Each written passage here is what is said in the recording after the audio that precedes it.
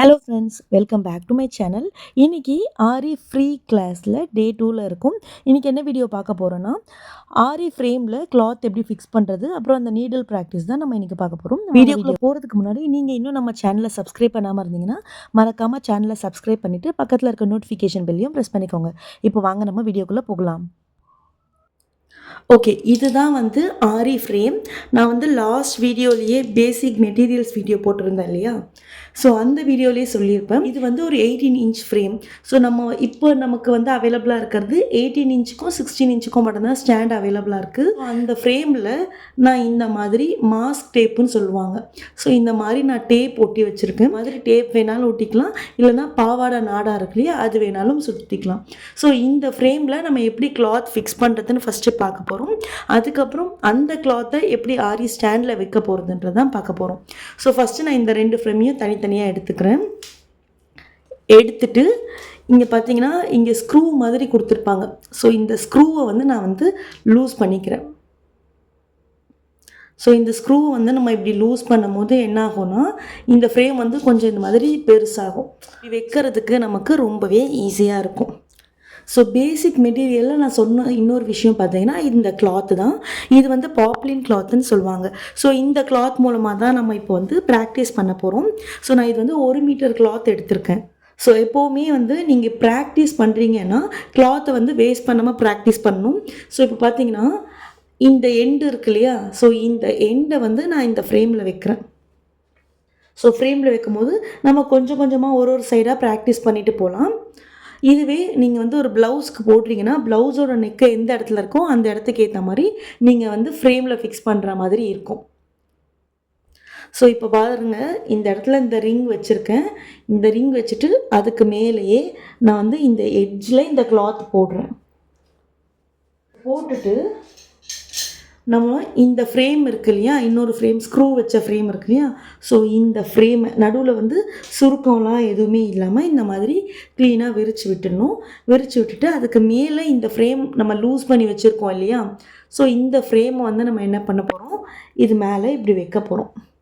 So கரெக்டாக கீழே ஒரு ஃப்ரேம் இருக்குது, அதுக்கு மேலே கிளாத் போட்டிருக்கோம், அதுக்கு மேலே இன்னொரு ஃப்ரேம் வைக்கிறோம். ஸோ வச்சுட்டு இப்படி எல்லா இடத்துலையுமே ப்ரெஸ் பண்ணி விட்டுடணும். ஓகேவா? இப்போ இந்த இடத்துல இந்த ஃப்ரேமும் கீழே இருக்க ஃப்ரேமும் சேர்ந்து ஜாயிண்ட் ஆகிடுச்சு.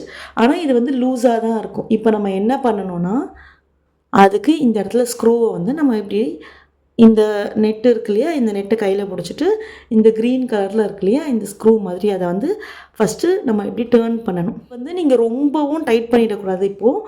ஸோ லைட்டாக இந்த மாதிரி சுற்றிட்டு கிளாத்தை இப்படி, அதாவது நம்ம கை இப்படி வச்சுட்டு இந்த ஃப்ரேமையும் பிடிக்கணும், கீழே இருக்க ஃப்ரேமையும் பிடிக்கணும்.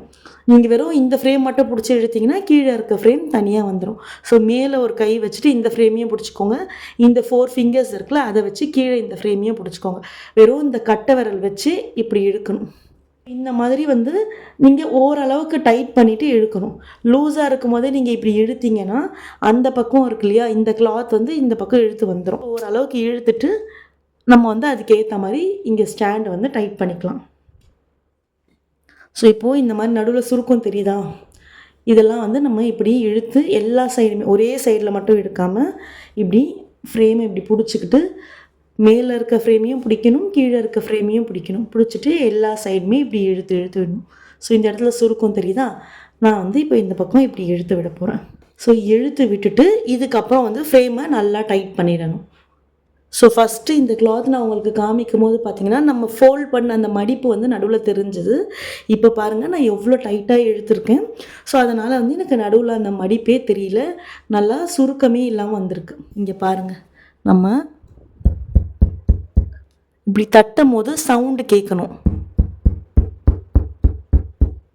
ஸோ இந்த சவுண்டு கேட்டுச்சுனாலே ஃப்ரேம் வந்து நல்லா டைட்டாக இருக்குதுன்னு அர்த்தம். ஓகே, இப்போ நம்ம வந்து ஃப்ரேமில் வந்து கிளாத் ஃபிக்ஸ் பண்ணியாச்சு. இப்போ ஆரி ஸ்டாண்டை வந்து எப்படி ஃபிக்ஸ் பண்ணுறதுன்னு பார்க்கலாம். ஸோ இதுதான் ஆரி ஸ்டாண்டு. இந்த ஸ்டாண்ட் வந்து நம்ம 18 இன்ச்சாகவும் யூஸ் பண்ணிக்கலாம், 16 இன்ச்சாகவும் யூஸ் பண்ணிக்கலாம். அமைக்க போகிறோம். இதுவுமே வந்து ஒரு நெட்டு கொடுத்துருப்பாங்க. இந்த நெட்டு நம்ம ஓப்பன் பண்ணிக்கணும். இந்த மாதிரி இந்த நெட்டு இருக்கு இல்லையா, இந்த நெட்டை இப்படி போட்டுட்டு மேலே இது வச்சு இப்படி டர்ன் பண்ணிடணும். இந்த மாதிரி இருக்கு இல்லையா, இது வந்து மேல் சைடு வரணும், இந்த ஸ்டாண்ட் வந்து இப்படி வரணும். ஃப்ளாட்டாக இருக்க பக்கம் தான் வந்து இந்த மாதிரி போடணும், மாற்றி இப்படி போட்டுறக்கூடாது. ஓகேவா? ஸோ இப்போ நான் இது எல்லாமே போட்டு காமிக்கிறேன். ஸ்டாண்டு வந்து ஃபுல்லாகவே நம்ம ஃபிக்ஸ் பண்ணிட்டோம். கீழே வந்து இந்த மாதிரி புஷ் கொடுத்துருக்காங்க இல்லையா, இந்த புஷ் எதுக்குன்னா ஹைட் அட்ஜஸ்ட்மெண்ட்டுக்காக. ஸோ நம்ம இதை வந்து இப்படி டேர்ன் பண்ணோம் அப்படின்னா கொஞ்சம் வந்து ஹைட் இன்க்ரீஸ் ஆகிற மாதிரி இருக்கும். ஸோ இந்த மாதிரி வேணுனாலும் நீங்கள் வச்சு ஹைட் அட்ஜஸ்ட் பண்ணிக்கலாம். ஸோ இப்போ இதில் நம்ம வந்து ஆரி ஃப்ரேமை எடுத்துகிட்டு வந்து ஃபிக்ஸ் பண்ண போகிறோம். ஸோ நம்ம போட்டோம் இல்லையா, இந்த கிளாத் இப்படி இருக்குது. இதை வந்து இப்படி எடுத்துக்கிட்டு துணி எல்லாமே, அதாவது எக்ஸஸாக இருக்கு இல்லையா, இந்த துணியெல்லாம் இப்படி எடுத்து விட்டுட்டு இப்படி வைக்கணும்.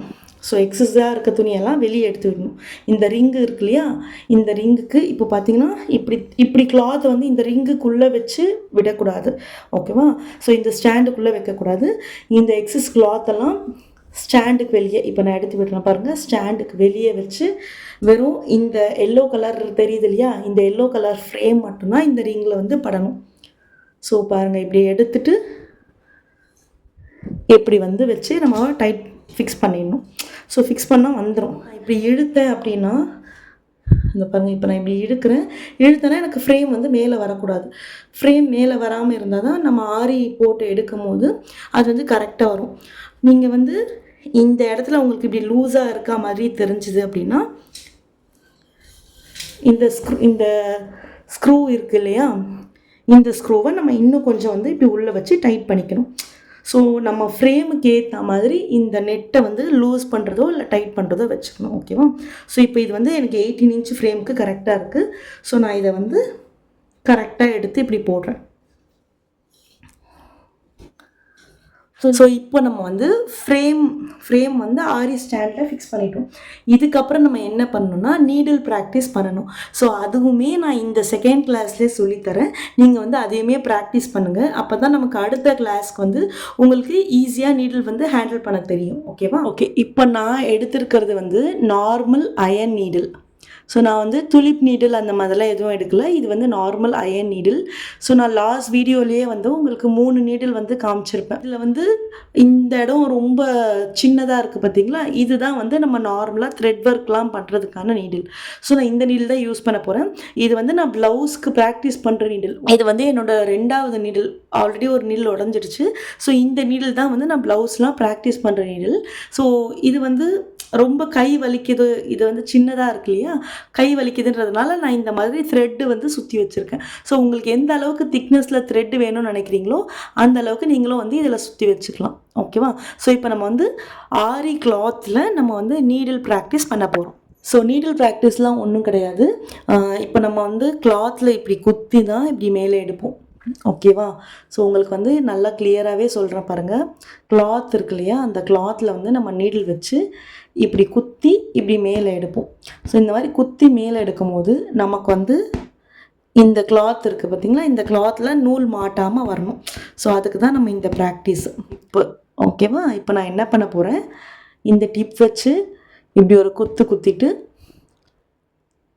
லெஃப்டில் ஒரு டேர்ன் பண்ணிவிட்டு மேலே எடுக்கிறேன். ஒரு குத்திட்டு லெஃப்டில் டேர்ன் பண்ணி எடுக்கிறேன். ஓகேவா? ஸோ இப்படி குத்திட்டு லெஃப்டில் டேர்ன் பண்ணி எடுக்கிறேன், குத்திட்டு லெஃப்டில் டேர்ன் பண்ணி எடுக்கிறேன். ஸோ இதுதான் நீடில் ப்ராக்டிஸ். நீங்கள் இப்படி குத்திட்டு மேலே வரும்போது தெரியுதா அவங்களுக்கு, இப்படி லிஃப்ட் ஆகிறது தெரியுதா கிளாத்து.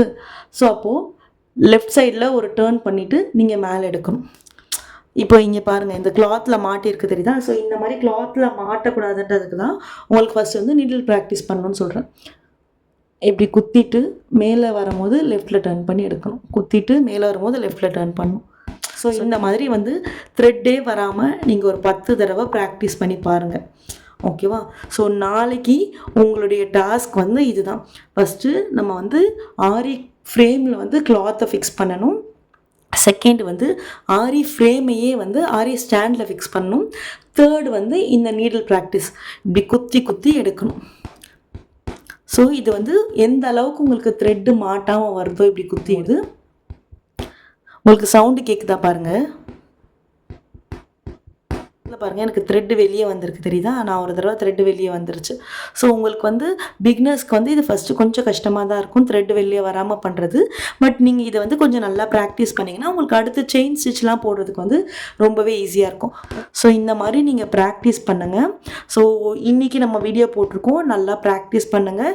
நாளைக்கு ஒரு நாள் வந்து ஃபுல்லாக ப்ராக்டிஸ்க்கு டைம் எடுத்துக்கோங்க. அடுத்த நாள் வந்து அடுத்த வீடியோ வரும். பிடிச்சிருந்தா வீடியோவுக்கு ஒரு லைக் கொடுத்துட்டு மறக்காமல் நம்மளுடைய சேனலையும் சப்ஸ்கிரைப் பண்ணி வச்சுக்கோங்க. பக்கத்தில் இருக்க நோட்டிஃபிகேஷனையும் ப்ரெஸ் பண்ணிக்கோங்க. அப்போ தான் நான் அடுத்தடுத்து போடுற ஒரு கிளாஸோட வீடியோஸும் உங்களுக்கு ரெகுலராக வரும். ஸோ இது வந்து ஃபுல் அண்ட் ஃபுல் விமென்காக தான். வீட்டில் இருந்தே நம்ம வந்து நம்ம பசங்களெல்லாம் பார்த்துக்கிட்டு கை நிறைய சம்பாதிக்கணுன்ற ஒரு நோக்கத்தில் தான் வந்து இதை நான் சொல்லித்தரேன். ஸோ நம்மளை மாதிரியே வேறு யாராவது உங்களுக்கு உங்கள் ஃப்ரெண்ட்ஸோ சிஸ்டர்ஸோ தெரிஞ்சவங்க இருந்தாங்கன்னா இந்த வீடியோ அவங்களுக்கு ஹெல்ப்ஃபுல்லாக இருக்கும்னு நினச்சிங்கன்னா அவங்களுக்கு ஷேர் பண்ணி விடுங்க. அவங்களும் காசு செலவு இல்லாமல் வீட்டில் இருந்தே இதை பார்த்து கற்றுக்கட்டும். நம்ம வந்து ஒரு பிஸ்னஸாக பண்ணலைனாலும் அட்லீஸ்ட் நம்மளோட ப்ளவுஸ் வந்து 1000 2000 கொடுத்து வெளியே போடுறதுக்கு பதிலாக நம்மளோட ப்ளவுஸை நம்மளே டிசைன் பண்ணிக்கலாம் இல்லையா. ஸோ அந்த ஒரு பர்பஸ்க்காக தான் நம்ம இதை கொண்டு வந்திருக்கோம். முடிஞ்ச அளவுக்கு யாராருக்கெல்லாம் நீங்கள் ஷேர் பண்ணணும்னு நினைக்கிறவங்களோ ஷேர் பண்ணி விடுங்க. வீடியோக்கும் லைக் கொடுத்துட்டு உங்களுக்கு என்ன தோணுதோ அந்த கமெண்ட்டில் சொல்லுங்கள். என்ன எப்படி சொல்லி கொடுத்துருக்கேன், புரிஞ்சுதா புரியலையா, இல்லை ஏதாவது சேஞ்சஸ் பண்ணணுமா அப்படின்றத கீழே கமெண்ட்ஸில் சொல்லுங்கள். நம்ம அடுத்த வீடியோவில் சேஞ்ச் பண்ணிக்கலாம்.